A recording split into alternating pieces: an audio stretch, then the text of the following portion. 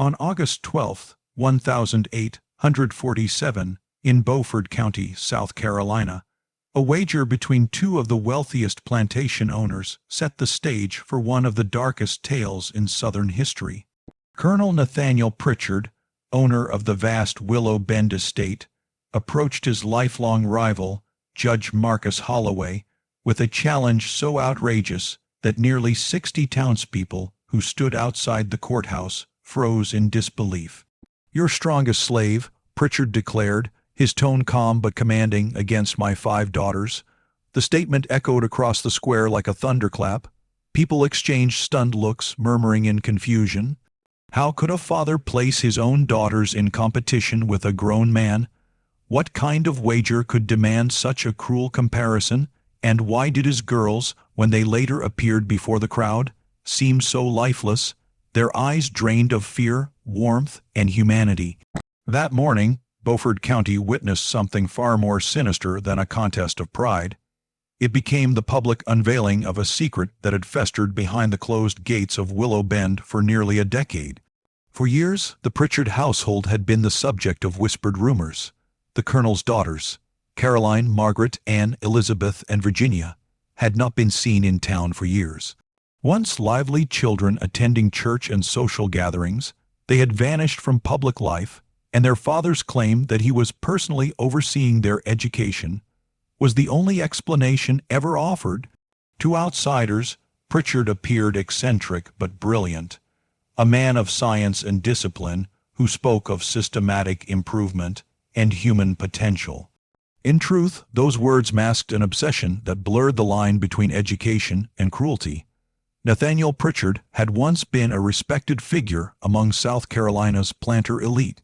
Educated at the College of Charleston and later in Prussia, he returned to America preaching the doctrine of scientific progress. He believed that human strength, intelligence, and endurance could be perfected through discipline and methodical training. When his wife, Elizabeth, died in 1838 after complications from childbirth, something in him changed irreversibly. Grief hardened into obsession. He withdrew from society, dismissed most of his staff, and sealed the household from the world. He hired a governess and housekeeper, but allowed no visitors. His daughters became subjects in what he called his system of advancement, an experiment designed to create perfect women of discipline and endurance, models of physical and mental control. At first, Pritchard's system appeared harmless. Extra lessons in writing, music, and navigation activities befitting young women of their station. But over time, the routine turned darker. Days were filled with long hours of physical training, fasting, and endurance tests. Mistakes were punished with isolation, food deprivation, or forced repetition of exhausting tasks.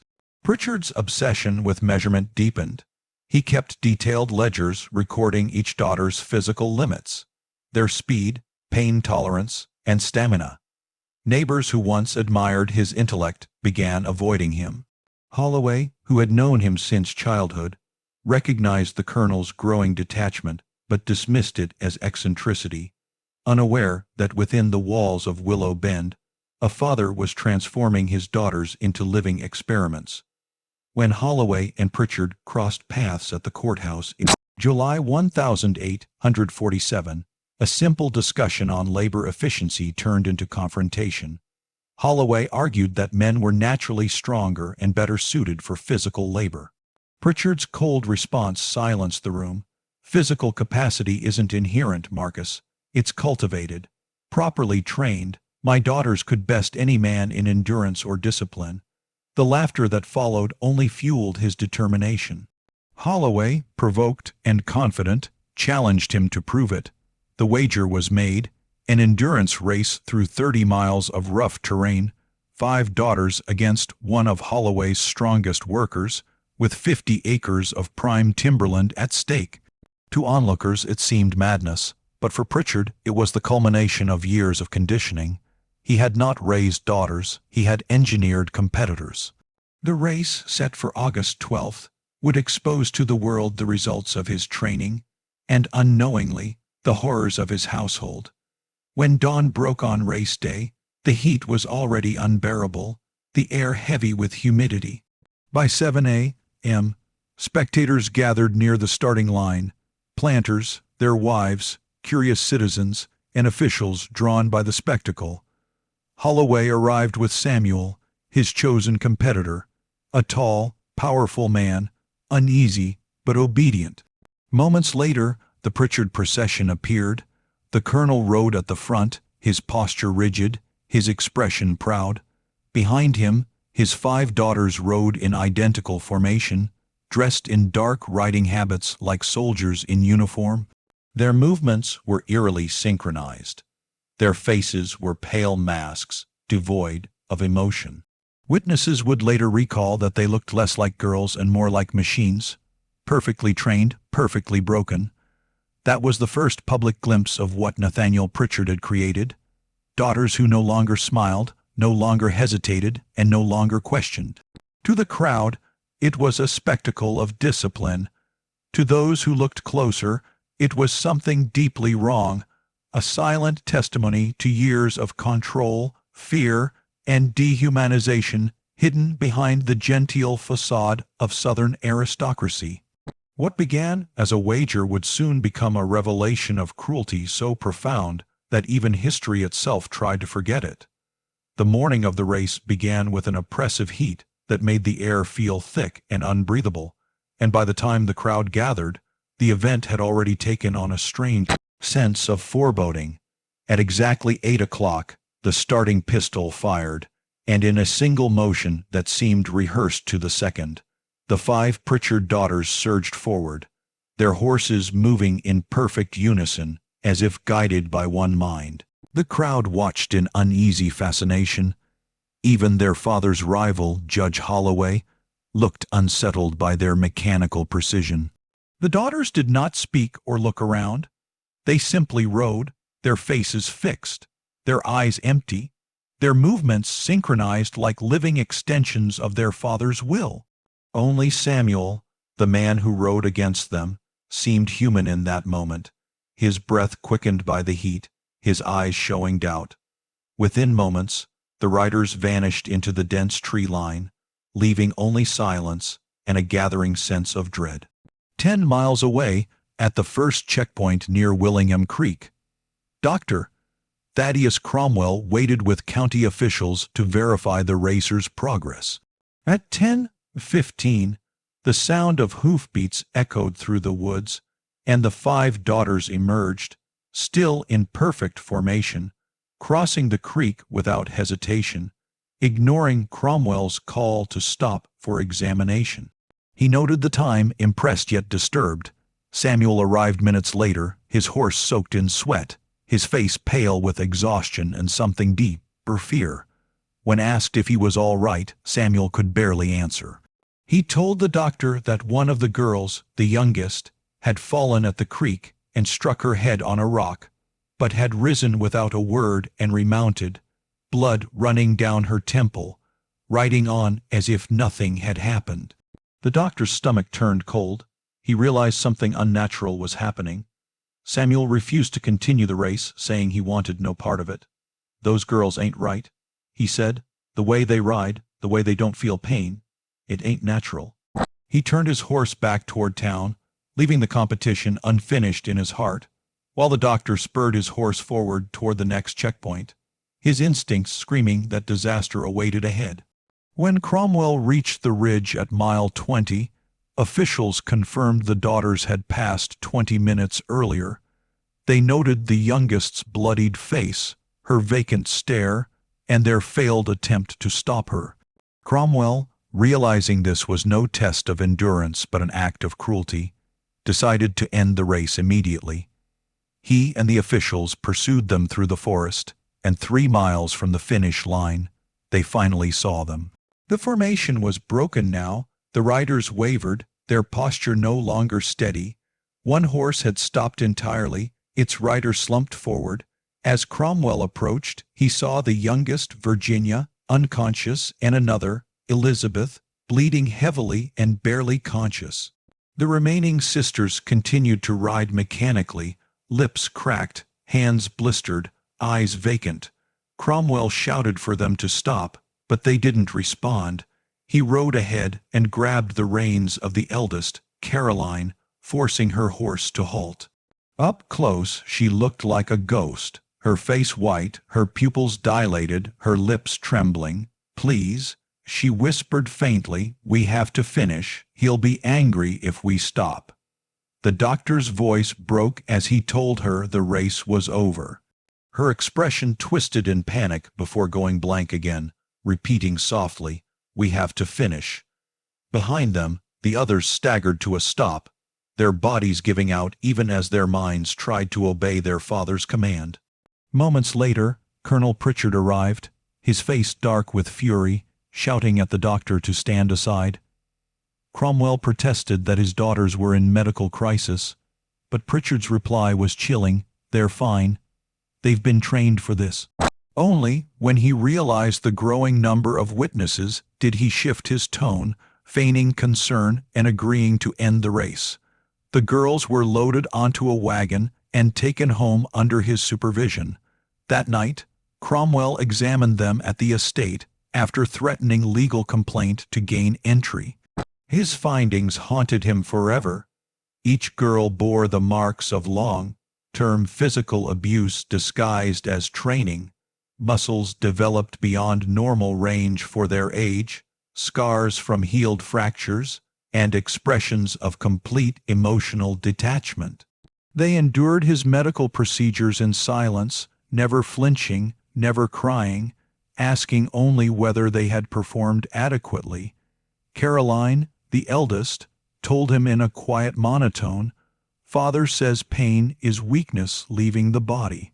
Cromwell left the house that night sickened, his notes filled with evidence of systematic conditioning beyond comprehension. What he had witnessed was not education but experimentation, a father turning his daughters into subjects for his theories on endurance and control. In the following days, rumors spread across Beaufort County about what had occurred, but few dared speak openly. Pritchard dismissed the affair as an exaggerated misunderstanding, and the officials, bound by law that granted fathers absolute authority over their children, took no action. Yet those who had seen the race could not forget the sight of those 5 pale figures riding like hollow vessels through the burning heat, driven not by competition but by fear. The 50-acre wager was forgotten. The true cost had been far greater. Within weeks, Willow Bend became a place of silence again, its gates locked, its secrets deepening. But within that silence, the seeds of resistance were quietly beginning to form, and one daughter, Caroline, would soon decide that if no one else would expose the truth, she would. Months passed after the race, and while Beaufort County's gossip faded with the harvest season, the unease surrounding Willow Bend never disappeared entirely. Neighbors tried to move on, yet something about the Pritchard family lingered in whispered conversations. The daughters who had ridden like machines, the physician who left pale and shaken, and the father whose obsession seemed to grow instead of fade. Inside Willow Bend, silence became its own language. The windows stayed shuttered, the gates locked, and no visitors were received. The only one who still tried to intervene was Dr. Cromwell, who made 2 separate attempts in September to visit under the pretense of checking on Virginia, the youngest. Both times, he was turned away at the door. During his second attempt, as he prepared to leave, he caught sight of movement in an upstairs window. Caroline, the eldest daughter, holding a small square of white paper pressed against the glass. He could not read the words, but the gesture itself told him everything. It was a plea for help, silent and desperate. That night, he wrote a formal letter to the Charleston Medical Society, outlining his concerns about potential abuse at Willow Bend. 3 weeks later, their response arrived. Without direct evidence of immediate mortal danger, there was no legal ground for intervention. It was a polite way of telling him to forget the matter, but he couldn't. Cromwell began keeping private notes, recording every rumor and observation, vowing to document everything until someone listened. Inside the Pritchard estate, Caroline had started keeping her own record. Since her mother's death 9 years earlier, She had known only her father's strict regime, a life built around obedience and discipline. Yet the race had changed something fundamental. For the first time, outsiders had seen glimpses of their suffering. The expressions of horror on the faces of witnesses, Samuel's refusal to continue, Dr. Cromwell's outrage, all of it had shown Caroline that what her father called training was not normal. More importantly, she had seen fear in her father's eyes when others interfered, the brief flicker of panic before he regained composure. That fear meant weakness. She realized that exposure was the only thing he truly dreaded. That night, she found a loose floorboard beneath her bed and began keeping a journal. In it, she described everything: the schedules, punishments, injuries, her father's experiments, and the strange changes in her sister's behavior. She wrote like a scientist, cold and precise, recording the descent of their lives into something mechanical and unfeeling. Her goal was simple: if no one could stop him now, someone someday would find her words and know the truth. The household's governess, Miss Sarah Lindley, had long suspected that something terrible was happening but felt powerless to act. She had witnessed countless sessions, hours of riding in heat so brutal that the girls fainted, lectures about pain and strength, punishments for the smallest errors. Over the years, she had watched them transform from bright, curious children into hollow-eyed figures of obedience. By November 1847, her conscience could no longer bear the silence. She went to Judge Holloway and told him everything she had seen during her 8 years at Willow Bend. Holloway listened in disbelief as she recounted the cruelty, the starvation, the injuries, the psychological conditioning.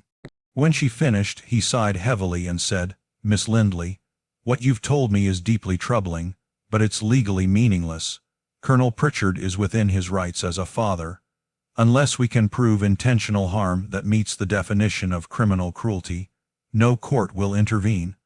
His words crushed her. She realized the law would never protect those girls.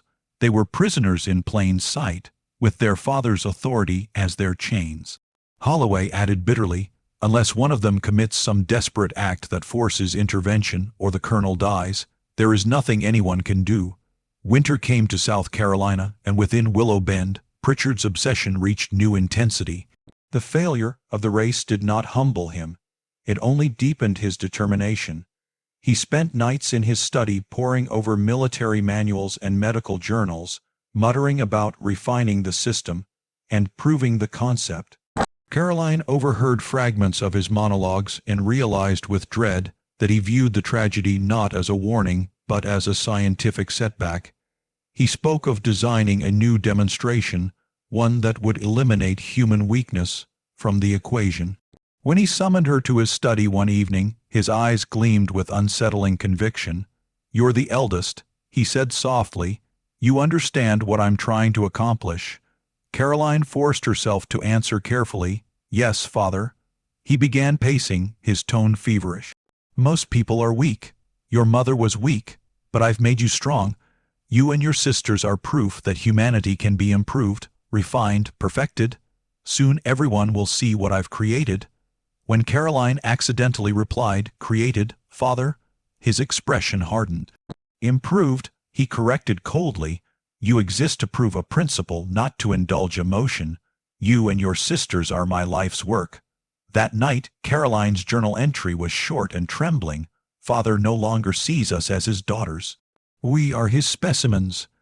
By early 1848, strange shipments began arriving at the estate: medical instruments, anatomical charts, and new equipment built by local craftsmen under orders to install locks on the renovated outbuilding.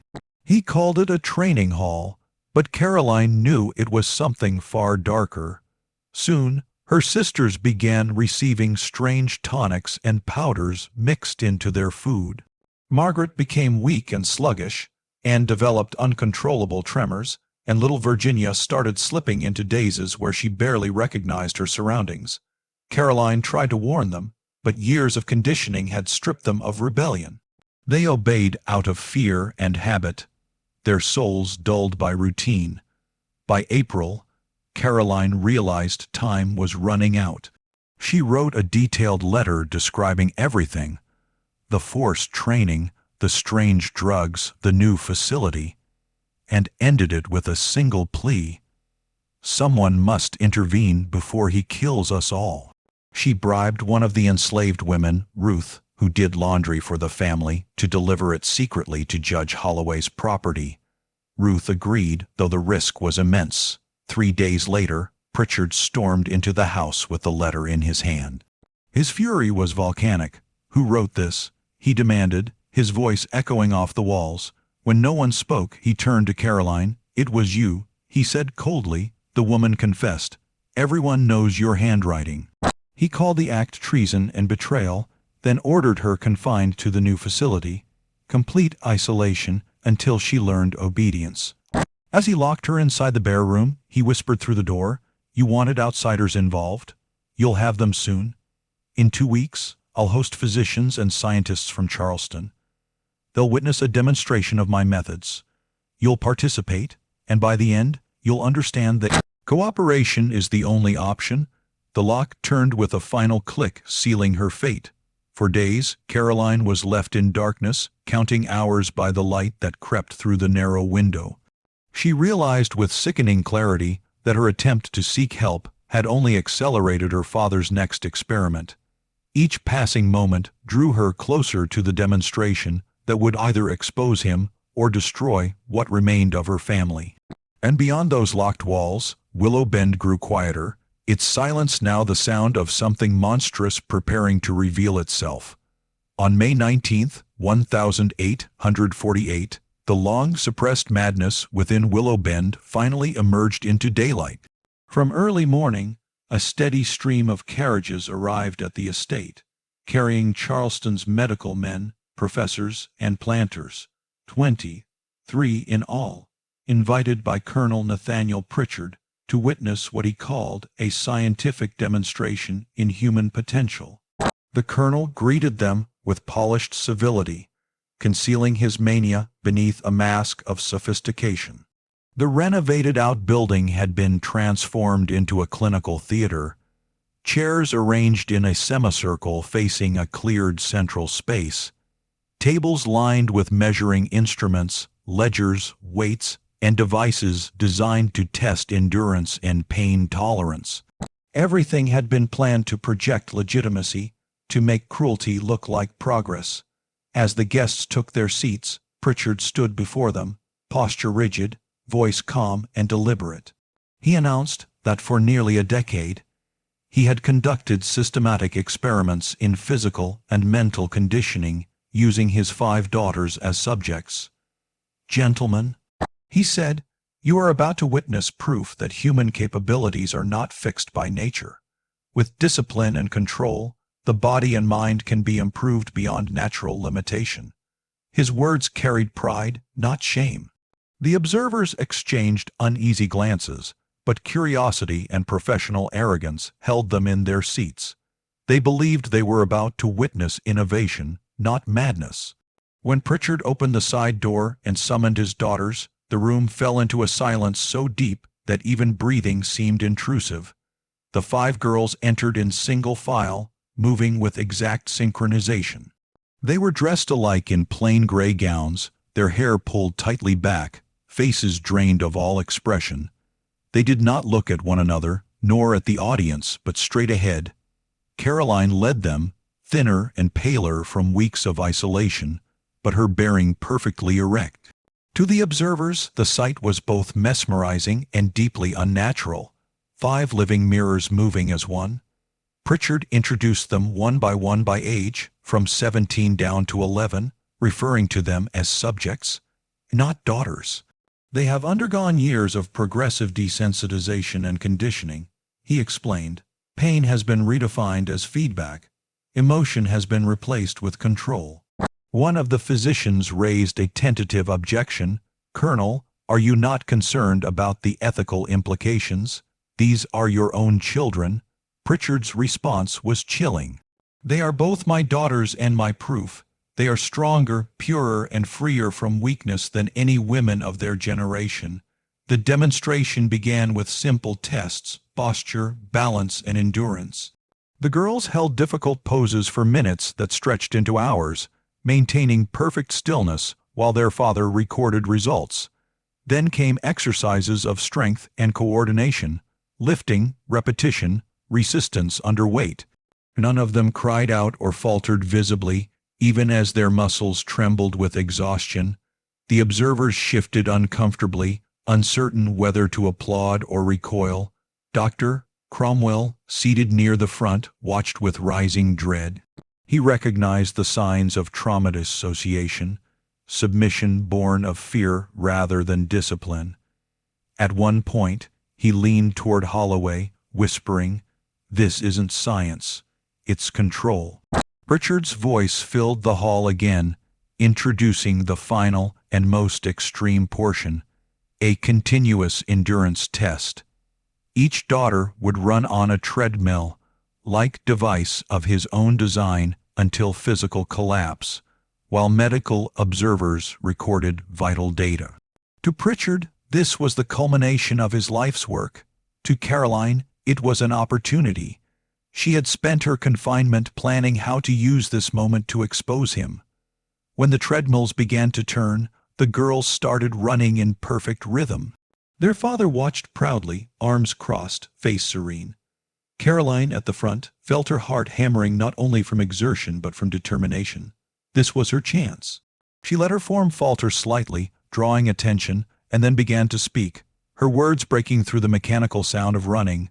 Between gasps she said, 9 years of this. Every day. Broken bones, hunger, punishment. He calls it training. It's torture. The audience froze. Pritchard moved instinctively to silence her, but Dr. Cromwell rose sharply. "Let her speak," he demanded. "You invited us to observe, Colonel. Let us observe everything." Trapped by his own insistence on transparency, Pritchard hesitated. Caroline's voice grew stronger. "He says we're proof that people can be broken and rebuilt. He says pain makes us pure. He broke us to see how much suffering could be turned into obedience." Her sisters began to falter, their rhythm collapsing as her words cut through the years of conditioning. The youngest, Virginia, stumbled off the device, crying, "Caroline, why are we doing this?" Another sister answered automatically, "Because Father told us to." But Caroline shouted back, "No, because he made us forget we can refuse." The spell began to break. One by one, the girls stopped running, gasping, crying, confused by emotions long suppressed. The observers, now horrified, rose from their seats. Caroline continued, her voice raw, "He starved us, hurt us, kept us locked away. We were never his daughters, only his experiments." Pritchard lunged forward, seizing her arm and stopping the treadmill, but the damage was already done. His audience had seen too much. Virginia sobbed openly for the first time in years. Elizabeth sat trembling, her blank mask cracked by grief and confusion. Margaret and Anne clung to each other, terrified and awakening all at once. "You've seen the truth," Dr. Cromwell said quietly to the room. "This is not science. This is cruelty rationalized." Several physicians nodded in grim agreement. Judge Holloway, pale and shaking, stepped forward. "Nathaniel, what you've done here violates every law of decency. I'll file a full report with the magistrate. There will be an investigation." Pritchard's expression hardened, his composure returning. "Investigate if you wish," he replied coldly. "A father's right to educate his children is protected by law. You'll find nothing illegal." The audience began filing out, shaken and silent, the air thick with the realization that they had witnessed something unspeakable. When the last man left, Pritchard turned to his daughters. Caroline expected rage, but what she saw was worse. A quiet, controlled disappointment, the look of a scientist whose experiment had failed. "You've ruined 9 years of work," he said softly. "Tomorrow we begin corrective training. Everything will be rebuilt." Then he locked the door behind him, leaving the sisters huddled together, trembling and weeping. For the first time in years, they held one another without fear. Caroline whispered to them through tears, "We'll get out. Somehow, this has to mean something. Yet even as she spoke, she felt the weight of despair settle in. The world had seen, and still, nothing might change. The demonstration had exposed the truth, but the truth alone was powerless against a system that gave fathers absolute dominion. The cruelty of Willow Bend was now undeniable, yet it remained untouched, hidden again behind its locked gates, where pain was called discipline and love was twisted into control. The days following the demonstration brought a quiet kind of chaos to Beaufort County, a scandal so disturbing that no one dared speak of it openly. The story of Colonel Pritchard's experiment spread in whispers through parlors and churches, half disbelief, half horror, but in public, everyone maintained the polite silence of a society that protected its own.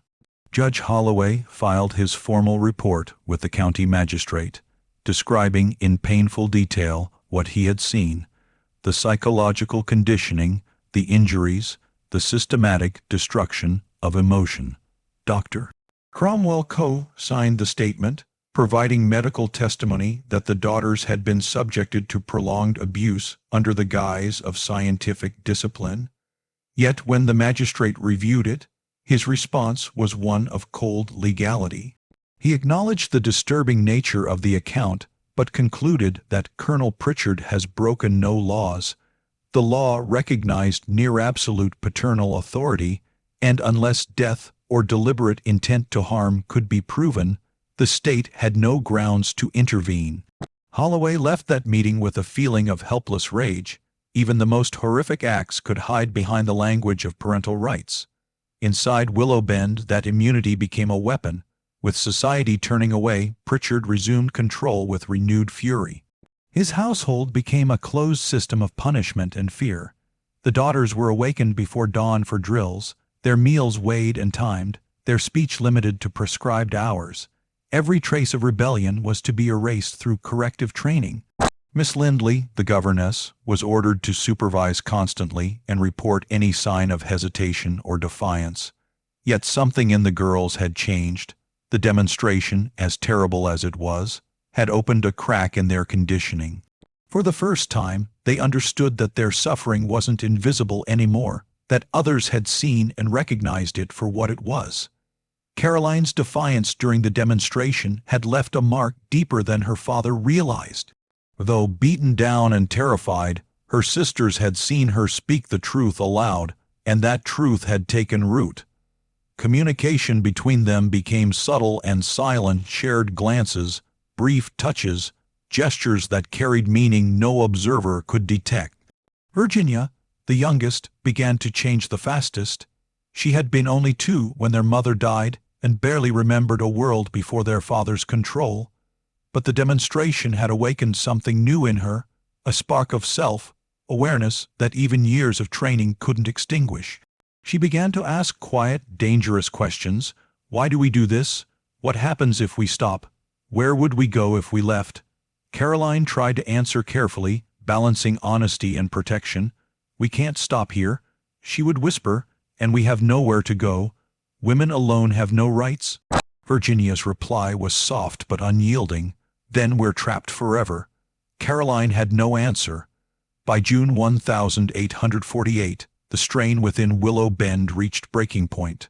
Margaret, the second eldest, who had always been among the strongest, began collapsing during morning exercises. Her father's experimental tonics, filled with stimulants and untested compounds, had eroded her health. She lost weight rapidly, her hands shaking so violently she could barely hold reins or utensils. When she fainted during training, Pritchard called it weakness. Dr. Cromwell was summoned reluctantly and arrived to find Margaret dangerously thin and feverish. His diagnosis was clear: exhaustion, malnutrition, and probable poisoning from chemical mixtures. She needs rest, nutrition, and immediate cessation of all activity, he warned. Pritchard's response was chillingly calm: a temporary setback. She'll recover through discipline. Cromwell's voice rose. Colonel, she's dying. Her body is failing. Pritchard turned away coldly. She's stronger than you think. When Cromwell pressed further, he was dismissed from the house and forbidden to return. He rode straight to Holloway, furious. "If there was ever a time to act," he said, "this is it." But Holloway's face told the truth neither wanted to voice. Unless Margaret died, the law still would not move. The waiting became unbearable. They both knew that by the time the law recognized a crime, it would already be too late. Holloway began searching for another way, one that used the social customs Pritchard valued against him. He proposed an arrangement under the guise of reconciliation. The disputed timber tract that had fueled their rivalry years earlier could be returned as dowry if Caroline married Holloway's eldest son, James. The marriage would unite their properties and restore Pritchard's social standing. When Holloway presented the offer, Pritchard regarded him with suspicion, but also interest. Such an alliance could repair his damaged reputation, regain lost land, and place one of his daughters in a position of apparent stability. Still, he hesitated, studying Holloway for hidden motives. Holloway replied with smooth practicality. "Your daughter is of age. My son requires a wife. This unites our families and ends old disputes." After 3 days of deliberation, during which Margaret's health worsened, Pritchard accepted. The marriage would take place in August. When he informed Caroline, she showed no emotion.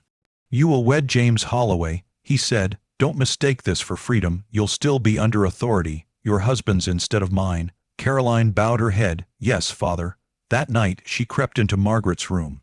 Her sister was barely conscious, her breathing shallow. "I'm getting out," Caroline whispered. "I'll marry and find help. I'll come back for you all." Margaret managed a faint smile. "Promise me something," she murmured. "Tell the truth. Don't let him bury us in silence." Caroline nodded through tears. "I promise." It was a vow that would define the rest of her life. By late July, Margaret's condition had deteriorated so severely that even her father's authority couldn't conceal the truth. She could no longer stand, her body consumed by fever and starvation. Dr. Cromwell's warnings echoed through the community, but no one acted. The girls were prisoners, and Pritchard's word was law. Meanwhile, wedding preparations moved forward. Caroline felt the weight of guilt as she watched her sisters endure the same endless drills, the same cold punishments, while she prepared to leave. She told herself escape was the only way to save them, but the thought of abandoning them gnawed at her constantly. Then, 5 days before the wedding, another blow struck. Virginia, the youngest, disappeared. Her bed was untouched, her riding clothes missing, and one horse gone from the stable. At dawn, Pritchard's rage consumed the household. Search parties scoured the countryside, but Virginia had learned her father's lessons too well. She knew how to navigate, survive, and evade pursuit. For 3 days she remained unfound. A farmer miles north later reported seeing a young girl matching her description, asking for food and water before riding west. By the time searchers arrived, she had vanished again. Pritchard realized with horror that his youngest had used his own training to escape him. All his methods of control had backfired. The wedding on August 15, 1848, took place in subdued silence. Caroline stood beside her new husband, James Holloway, her expression calm but her heart divided between relief and grief. Her father watched, stiff and silent, fury simmering beneath his politeness. As the ceremony ended, Caroline glanced back toward the house. At an upstairs window, she saw Margaret, Anne, and Elizabeth watching. She raised her hand in farewell, a silent promise that she hadn't forgotten them.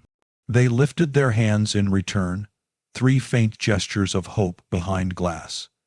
Caroline left Willow Bend that day as a free woman in the eyes of the law, but she carried the weight of captivity within her. She had escaped her father, yet part of her remained behind, trapped with her sisters in that house of silence and control. Caroline's new life began not with celebration, but with quiet unease. Though she was free in name, years of conditioning had carved patterns of fear into her soul that could not be erased overnight.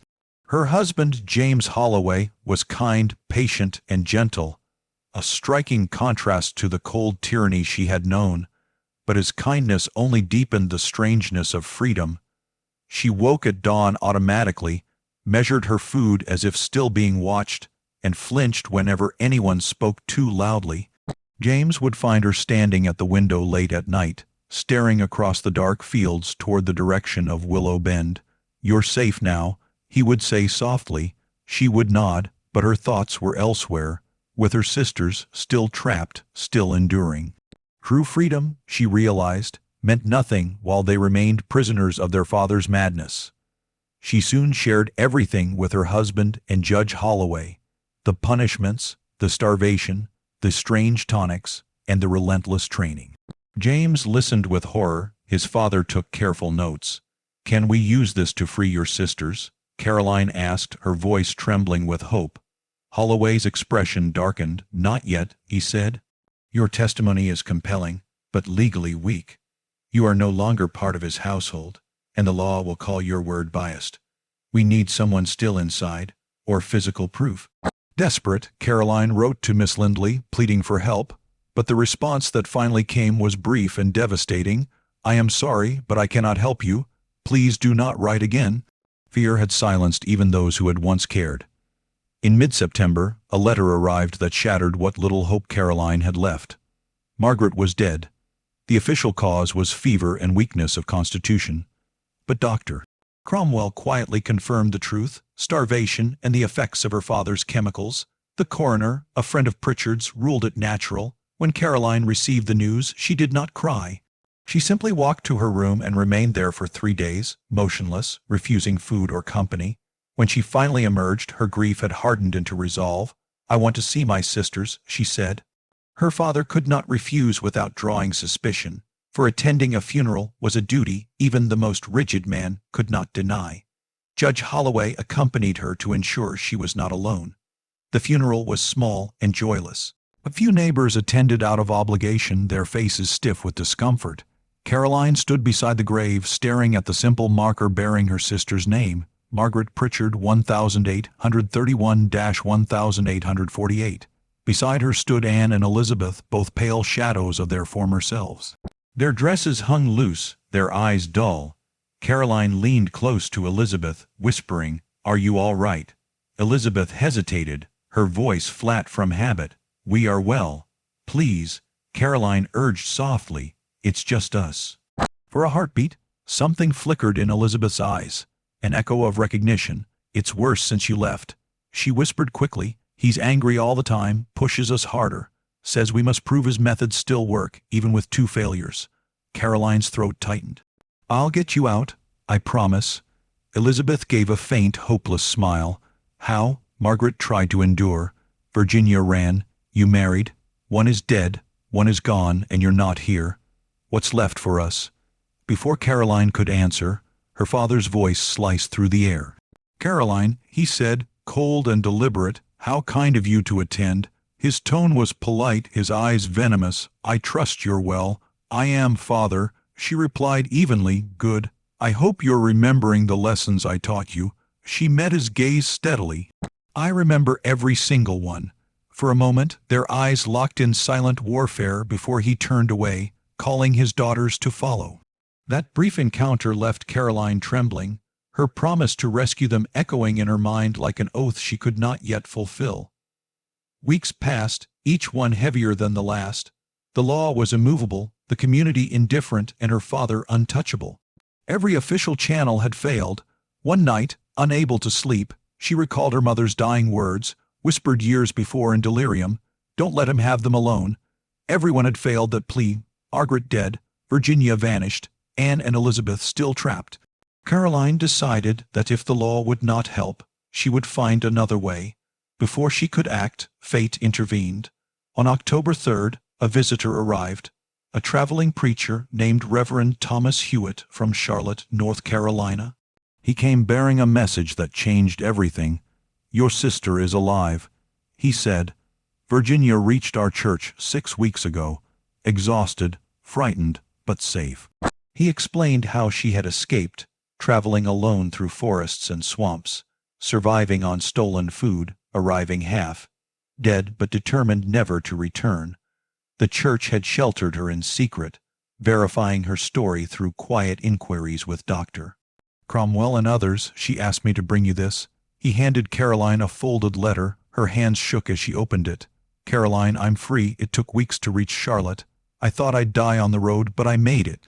I can't come back. If I do, he'll find me. I'm sorry for leaving Anne and Elizabeth, but I had to save myself. Please tell them I'm alive. Maybe that will give them hope. Love, Virginia." Caroline wept as she read the words again and again, relief and anguish mingling. "What will happen to her?" she asked. Reverend Hewitt replied, "She's with a good family now, under protection. There are organizations willing to shield those in danger from unjust authority." He didn't say it aloud, but Caroline understood. The same secret networks that helped enslaved people escape bondage were now sheltering her sister. Virginia had found freedom through those who believed that morality outranked law. After he left, Caroline sat in silence, the letter pressed to her chest. For the first time, she felt a glimmer of genuine hope. If her 11-year-old sister could defy their father and survive, then perhaps Anne and Elizabeth could too. But winter was approaching, and time was running out. She wrote to Miss Lindley again, pleading for news. The response came days later, short and terrifying. "Elizabeth is very ill. Your father says it's influenza. Dr. Cromwell has not been called. I fear the worst." Caroline rode for Willow Bend immediately, but the gates were locked and the servants forbidden to let her in. She went to the magistrate, demanding intervention, but his promise to inquire was a hollow formality. 3 days later, salvation arrived in the form of desperation. At dawn, Anne appeared at the Holloway estate, her dress torn, her face streaked with tears and dirt. She had ridden through the night, trembling and terrified. The first words she spoke were a broken whisper, "Elizabeth is dead, help me." She collapsed in Caroline's arms, sobbing uncontrollably. When she recovered enough to speak, she told them everything. Elizabeth had been sick for weeks. Their father refused to let Cromwell attend, insisting on administering his own treatments. The drugs made her worse until she became delirious, crying for their mother before dying 2 days earlier. He buried her quickly, no funeral, no priest. Anne said through tears. He stood over her grave and said she failed the conditioning process. Like she was an experiment, not his child. Judge Holloway, grim-faced, began writing down every word. "Tell me everything," he urged, "every punishment, every medicine, every logbook." Anne described the daily routines, the deprivation, the beatings, the endless training, and then revealed something crucial. Their father had kept detailed journals of every session, complete with dates, dosages, and notes about each daughter's progress. Elizabeth had secretly copied sections and hidden them in her room behind a loose board. Those records, Anne said, would prove everything. It was the evidence the law had always demanded but never found. The next morning, Judge Holloway filed a formal petition for investigation. For the first time, the magistrate could not ignore it. A county team was authorized to visit Willow Bend, examine the property, and recover any relevant documents. The house that had been sealed in silence for nearly a decade was about to be forced open, and the truth, at last, was ready to come into the light. On the cold morning of December 15th, 1848, a small group of men rode through the fog toward Willow Bend to conduct the long-delayed investigation. Among them were Judge Holloway, Dr. Cromwell, a county official, and 2 deputies. None of them fully prepared for what they were about to uncover. The plantation, once a symbol of Southern wealth, looked more like a fortress now. The main house stood silent behind locked gates, its shutters drawn tight, the air heavy with decay and neglect. When Colonel Pritchard greeted them at the entrance, he was calm, courteous, and composed, as though the entire matter were a bureaucratic inconvenience. "Gentlemen," he said, "you are welcome to confirm what I've already told you. My daughters are well cared for, and this investigation will prove my integrity." His voice was steady, but his eyes betrayed exhaustion, the kind born not of guilt, but of obsession. The group followed him inside, where the smell of disinfectant and mildew mingled with something far more unsettling, the cold sterility of a home stripped of warmth. They began with the outbuilding Pritchard called his training facility. It was worse than any of them had imagined.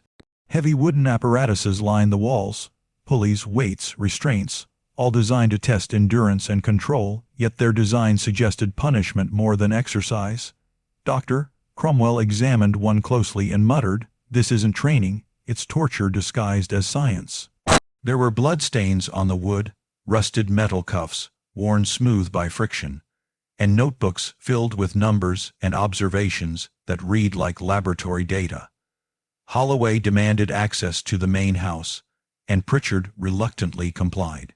Upstairs, the daughters' rooms revealed the depth of their captivity: barred windows, locks on the outside of doors, furniture bolted to the floor, and journals of routine that scheduled every minute of their lives. The air was so still it felt like time itself had been suffocated. In Pritchard's study, the men found the real evidence: 9 years of meticulous research logs written in the colonel's own hand. Each entry catalogued his daughters as subjects, noting injuries, recoveries, and behavioral adjustments. One page dated 2 weeks after Margaret's death read, "Subject M's failure highlights importance of careful screening. Her constitution proved insufficient. Future applications should favor only the most physically resilient." The language was chilling in its detachment. Another entry described Subject E, showing signs of mental fatigue requiring correction through intensified regimen. The words stripped the girls of humanity, reducing them to variables in an experiment that had consumed their father's sanity. Behind a loose floorboard in Elizabeth's room, as Anne had described, they found the hidden papers, her secret copies of his notes, along with a handwritten plea: "If I die, please let someone know this happened. Please don't let him say I was just sick. He killed us slowly and called it science." When the officials read those words, the silence that followed was heavy and absolute. The county officer who led the team was visibly shaken. He ordered Elizabeth's body exhumed immediately. Pritchard protested, shouting that it was sacrilege, that his daughters were private family matters. But his authority finally crumbled beneath the weight of evidence. The exhumation was carried out under Cromwell's supervision. What they found confirmed everything. Elizabeth's remains showed advanced malnutrition, multiple healed and unhealed fractures, and organs damaged by repeated exposure to toxic compounds. The conclusion was clear: she had been deliberately pushed beyond human endurance. The official report called it reckless experimentation resulting in death. The case that followed in early 1849 was unlike any South Carolina court had ever seen. For the first time, a father stood accused not of neglect or impropriety, but of systematically abusing his children under the guise of science. The courtroom was packed, the air thick with disbelief and fascination. Caroline and Anne testified with trembling voices, recounting every punishment, every sleepless night, every cruel experiment. Caroline's words were calm, but behind them was a depth of pain that silenced the room. "He believed we could be perfected," she said. "He called us proof that weakness could be erased. When our bodies broke, he called it progress." Dr. Cromwell's testimony was blunt and merciless. "What I witnessed was not education or science. It was organized brutality. The defendant turned his daughters into experimental subjects to satisfy his own obsession.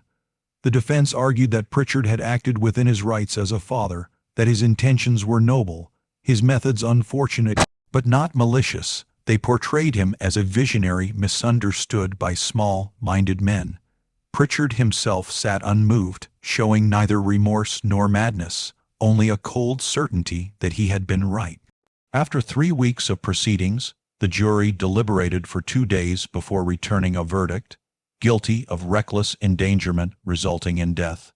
It was a narrow conviction, far less than the crimes deserved, but it marked an unprecedented moment in the state's history. For the first time, paternal authority had been held legally accountable. The sentence was 10 years in prison, a hollow form of justice, but a symbolic crack in the armor of tradition. Pritchard received the verdict with eerie composure. "History will vindicate me," he told the judge. "You've punished progress because you fear it. but the world moved on without him. He served 7 years before dying of pneumonia in 1856, leaving behind nothing but a legacy of horror. His will, written from prison, bequeathed his estate to his faithful daughters, though by then only Caroline and Anne remained to inherit. Virginia, who had been legally declared emancipated in 1850 under the care of her protectors in North Carolina, was excluded from the will, though free at last. After the trial, the Willow Bend plantation was sold off in parts. Neither Caroline nor Anne could bear to keep it. Caroline remained with the Holloways, raising 3 daughters whom she vowed never to discipline through fear. Anne moved to Charleston, where she used her share of the inheritance to open a small school for girls, a place of safety and learning built in defiance of the world that had failed her.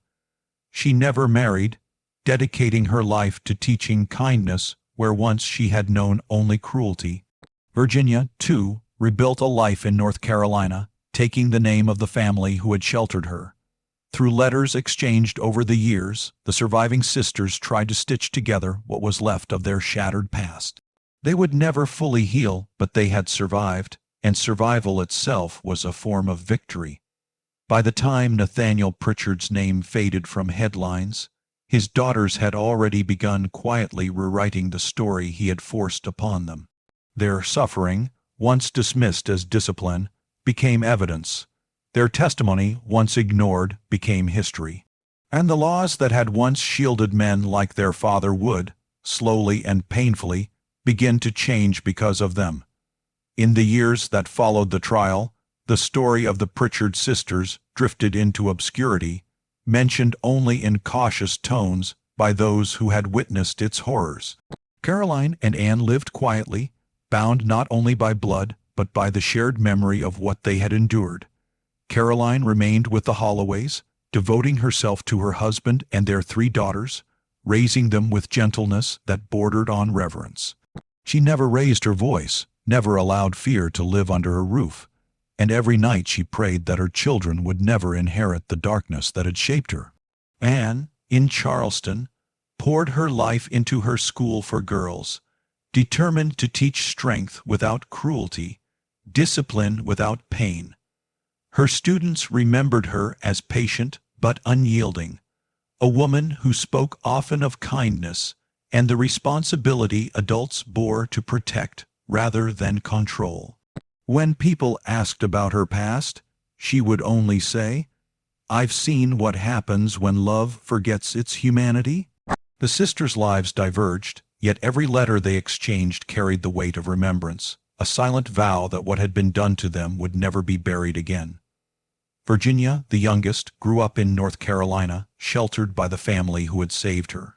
She took their name, married, and had children of her own.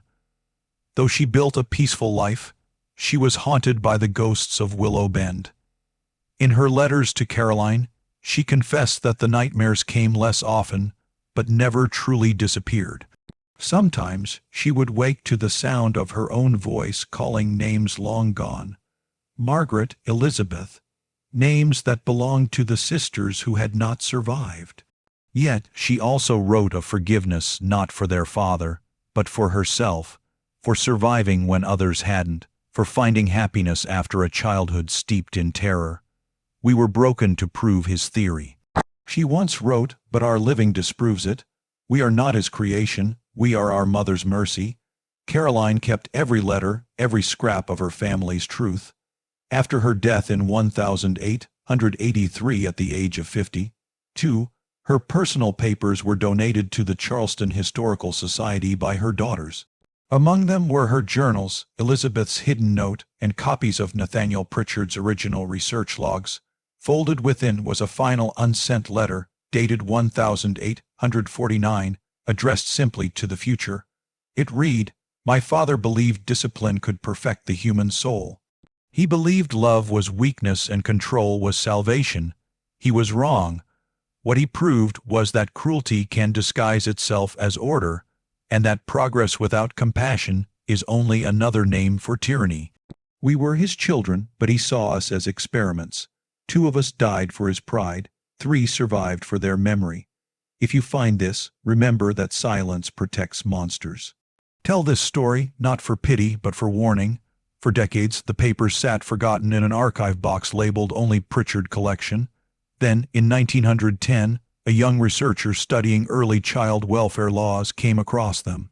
What she found would become a cornerstone of her published work, a study on the legal evolution of parental authority and the necessity of child protection statutes. The Pritchard case, long buried, became part of the broader conversation about reform.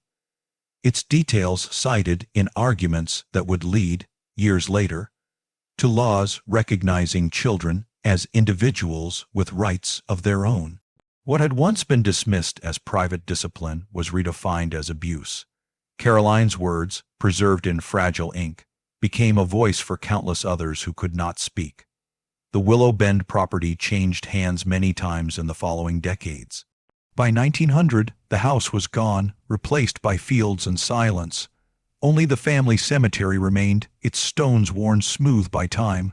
4 graves stood side by side, Elizabeth and Margaret, their parents, and one smaller, unmarked mound.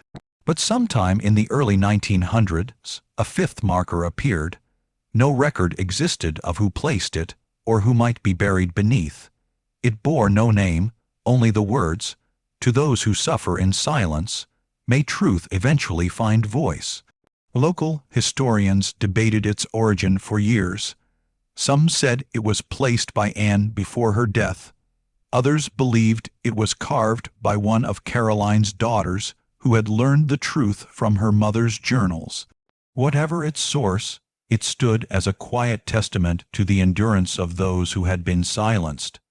By the early 20th century, the Pritchard story was reduced to a footnote in legal texts, a cautionary example in discussions of parental rights versus state protection. Scholars debated whether Nathaniel Pritchard had been a visionary warped by grief or a monster masked by intellect. But those who read the sisters' journals knew the answer. He had been both, a man who mistook control for love and turned his own children into victims of his need for perfection. His daughters, once broken, became the evidence of his failure. Time erased the plantation, but not its echoes.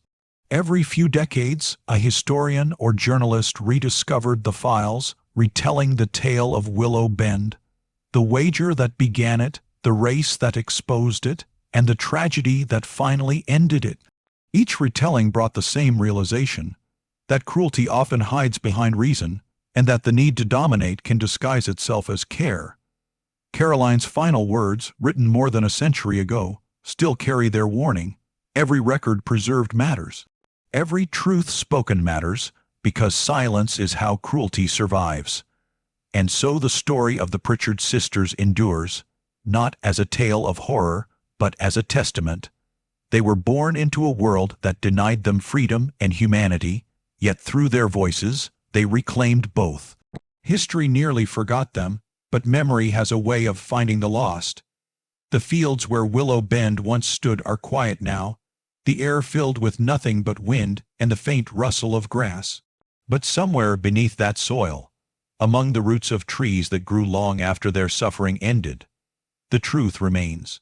It waits for anyone willing to listen, a whisper from the past reminding the living that progress without compassion is cruelty reborn, and that every silence broken is a victory over those who tried to erase it.